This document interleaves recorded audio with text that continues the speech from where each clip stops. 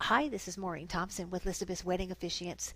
The ceremony I'm about to read to you is one that I put together to serve the needs of couples who are primarily older. I would say it's appropriate for couples over 40 years of age, as well as those who have been married before.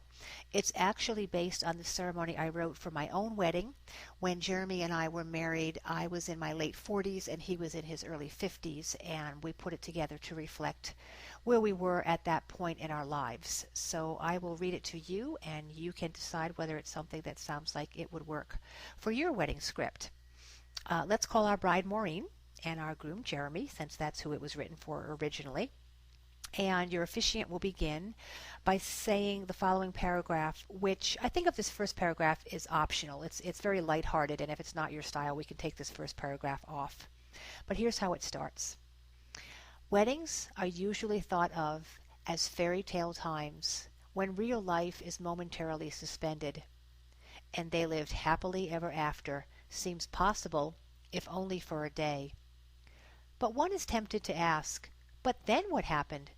What happens when Cinderella realizes she's married to a guy with a foot fetish and that glass slippers hurt like the devil?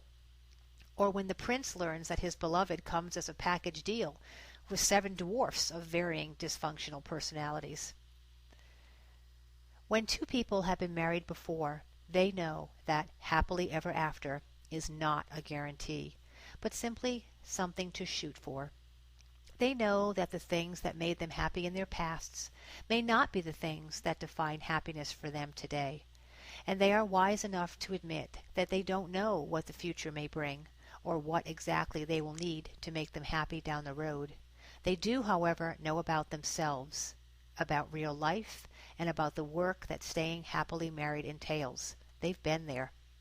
They know that the real wedding doesn't happen on the day of the formal occasion. The real wedding between them occurs in conversations held while driving in the car, sitting at the kitchen table, or in taking walks around the neighborhood. It's an ongoing conversation about hopes, promises, past hurts, dreams, rights, concessions. It's a sharing of their stories, many parts of which have been revealed to no one else. And what is decided upon during these conversations is the making of a covenant, an invisible bond of commitment, just two people working out what they want, what they believe, what they hope for each other. With their eyes, they ask each other if they really mean it, and they do. Having undertaken this commitment before, the partners know that marriage is not always easy, but they are willing to undertake it anyway. Willing to say, I love you, I trust you, I will be here for you when you are hurting, and when I am hurting, I will not leave. The wedding is done. All that's left is the public celebration. When a man and a woman get married and it's not their first time, they are usually more concerned with the marriage than they are with the wedding. They know that companionship at the end of each day is more important than the color of bridesmaids' dresses. They know that friendship as the basis of their love matters more than the size of the diamond. And they also know that marrying a frog or a frogette is fine if you really like the frog a whole lot and don't expect princely transformations. The love is richer, deeper, and wiser this time. Your officiant would then have you turn to one another and hold hands, and then would continue by saying, do you, Jeremy, take Maureen this day as your wife? Do you promise to bring to your marriage the best that you have in you, seeking to live a life with her based on respect, kindness, companionship, fidelity, and unconditional love? If so, respond by saying, I do. And then our groom would say, I do. And then we would ask the bride the same question, and she would respond by saying, I do. And then the officiant would say, having stated your intentions to each other, and before those gathered here, if that's appropriate, I now ask that you repeat after me. Now, these vows that are in this ceremony are targeted toward an older couple. If you like the rest of the ceremony and you're younger, we can certainly switch out the vows and put something else in. But these are the vows that come with this ceremony. We found each other in the autumn of our lives and have restored our capacity to love. And so I promise to spend the autumn and winter of my life loving you and you alone. I will give you wings by encouraging your spirit to soar, and I will give you roots by helping to ground you when you are feeling lost or afraid. I will never take your love for granted. I will listen without judgment, reveal my feelings truthfully and kindly, and I will not run away from a challenge. I vow to do my best, to fill our lives with joy, and to never stop dreaming. And then our bride would repeat those same vows.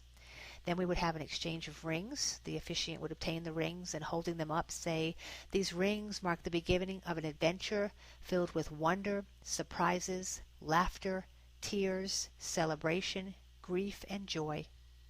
They symbolize your two lives, now joined in one unbroken circle. Wear them always as a visible reminder of your vows of love and commitment." We would then have our bride extend her left hand, and as the groom places the ring on her finger, he would repeat after the officiant, "I give you this ring as my gift. Wear it and think of me, and know that I love you." And then the bride in turn would place the ring on the groom's finger, saying the same words after the officiant. We would then have the signing of the license, if that's appropriate, and then we would have our final blessing read by the officiant. Today marks the day when all the world will recognize the bond that you two have already formed in your hearts. You've defined what your happily ever after will look like, and you are both very aware of the commitment involved to make that happen. As you go forward together, may you nurture and respect your own individual selves so that you may bring your best self to your marriage. May your marriage be everything that you have dreamed about and more.